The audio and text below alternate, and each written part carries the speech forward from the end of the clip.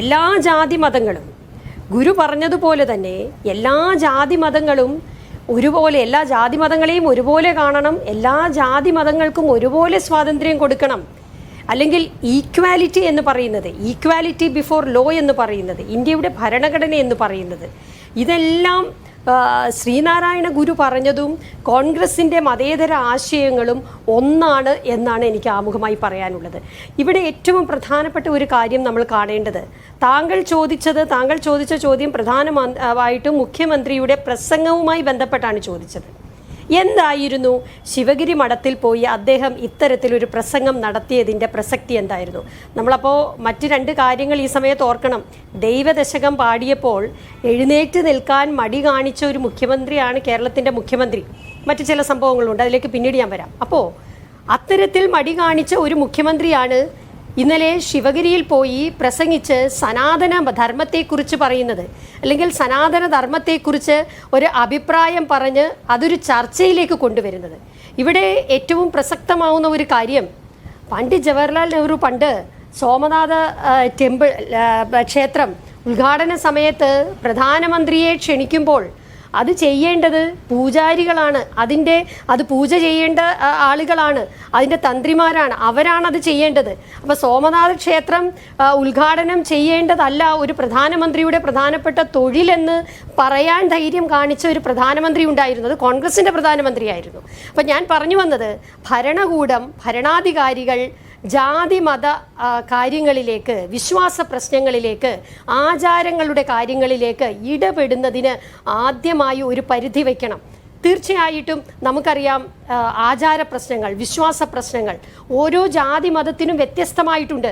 അവരുടെ ക്ഷേത്രാചാരങ്ങൾ ഏത് തരത്തിലുണ്ടാകണം, ഹിന്ദു മതത്തിൻ്റെ ആചാരങ്ങൾ ഏത് തരത്തിൽ വേണം, അതൊക്കെ അവിടെ ചിന്തിക്കേണ്ട. അല്ലെങ്കിൽ ഒന്നാമത്തെ കാര്യം ഈ പറയുന്ന ദീപ്തി മേരി വർഗീസ് ഈ ജാതിമത സംഘടനകളുടെ പരിപാടികളിൽ പങ്കെടുക്കുക, തീർത്ഥാടനം ഉദ്ഘാടനം ചെയ്യുക, ഇതൊക്കെ രാഷ്ട്രീയ നേതാക്കളും ഭരണകർത്താക്കളും ചെയ്യുന്നത് ശരിയോ എന്ന പോയിന്റാണോ താങ്കൾ ഈ സോമനാഥ ക്ഷേത്രത്തെ മുൻനിർത്തിക്കൊണ്ട് പറയാൻ ശ്രമിക്കുന്നത്? ഇന്ന് രമേശ് ചെന്നിത്തല NSSന്റെ പരിപാടിയിൽ പങ്കെടുത്തിരിക്കുകയാണ്. ഇനിയിപ്പോൾ അതല്ലെങ്കിൽ ഓക്കെ, എന്റെ ചോദ്യം ഇതാണ്, എല്ലാ മതങ്ങളിലെയും ആചാരാനുഷ്ഠാനങ്ങൾ അതുപോലെ നിലനിർത്തിക്കൊണ്ടുള്ള ഒരു സൗഹാർദ്ദമാണ് നിങ്ങൾ ഉദ്ദേശിക്കുന്നത് എന്ന് പറയുന്നു. നമ്മൾ സംസാരിക്കുന്നത് ഗുരുവിനെ കുറിച്ചാണ്. ശിവഗിരി തീർത്ഥാടനത്തിന്റെ ഉദ്ഘാടനത്തിൽ പ്രസംഗിക്കുകയാണ് മുഖ്യമന്ത്രി. അതിൽ അദ്ദേഹം ഈ ഉടുപ്പഴിക്കുന്ന കാര്യം പോലും അവിടുത്തെ ഒരു ശിവഗിരി മഠത്തിലെ സച്ചിദാനന്ദപുരി സംസാരിക്കുന്നതിനെ പിന്തുണച്ച് പറയുകയാണ് ചെയ്തതെന്ന് കാണണം.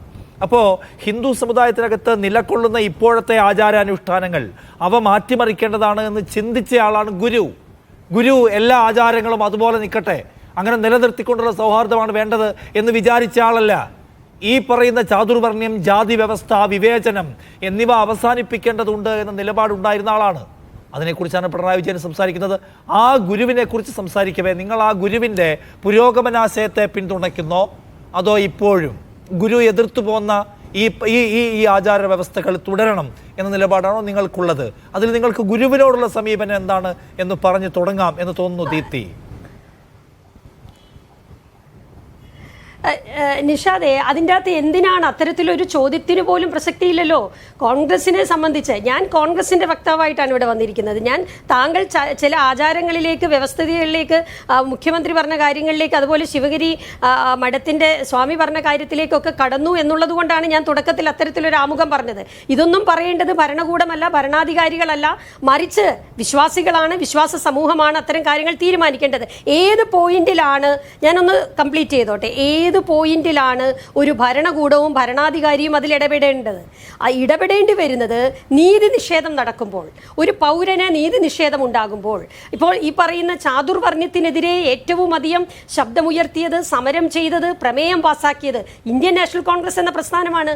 അന്ന് ഈ കമ്മ്യൂണിസ്റ്റ് പ്രസ്ഥാനം ഇവിടെയില്ല, മറ്റുള്ള സംഘപരിവാർ ശക്തികൾ ഇവിടെയില്ല.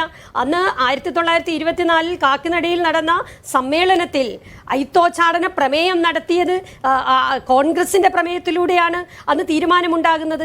അന്ന് KPCCയുടെ പ്രസിഡന്റ് ആയിരുന്ന K. കേളപ്പന്റെ നേതൃത്വത്തിലാണ് അന്ന് സത്യാഗ്രഹം, വൈക്കം സത്യാഗ്രഹം ഉണ്ടാകുന്നത്.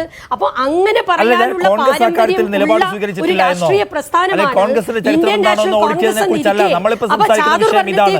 ചാതുർവർണ്ണ്യം, സനാതനധർമ്മം അടിസ്ഥാനപരമായി മുന്നോട്ട് വെക്കുന്നത് ചാതുർവർണ്ണ്യമാണ്. കുലത്തൊഴിലിന്റെ പേരിൽ ആളുകളെ വിഭജിക്കുന്ന ഏർപ്പാടാണ്. അതിന് ഗുരു എതിരായിരുന്നു. എന്നിട്ട് അതേ ഗുരുവിനെ അതേ ചാതുർവർണ്ണത്തിൻ്റെയും സനാതനധർമ്മത്തിൻ്റെയും ഭാഗമാക്കാൻ ചില ആളുകൾ ഇപ്പോൾ ശ്രമിക്കുകയാണ്. അത് അംഗീകരിക്കാൻ കഴിയാത്തതാണ്. ഇതാണ് പിണറായി വിജയന്റെ നിലപാട്. അദ്ദേഹം പ്രസംഗിക്കുന്ന അതാണ്. നിങ്ങൾ പറയുന്നത് എന്താണ്? സനാതനധർമ്മം, ചാതുർവർണ്ണ്യം എന്ന് പറയുന്ന സംഗതി നമ്മുടെ മഹത്തായ ഭാരതീയ പൈതൃകത്തിന്റെ ഭാഗമാണ്.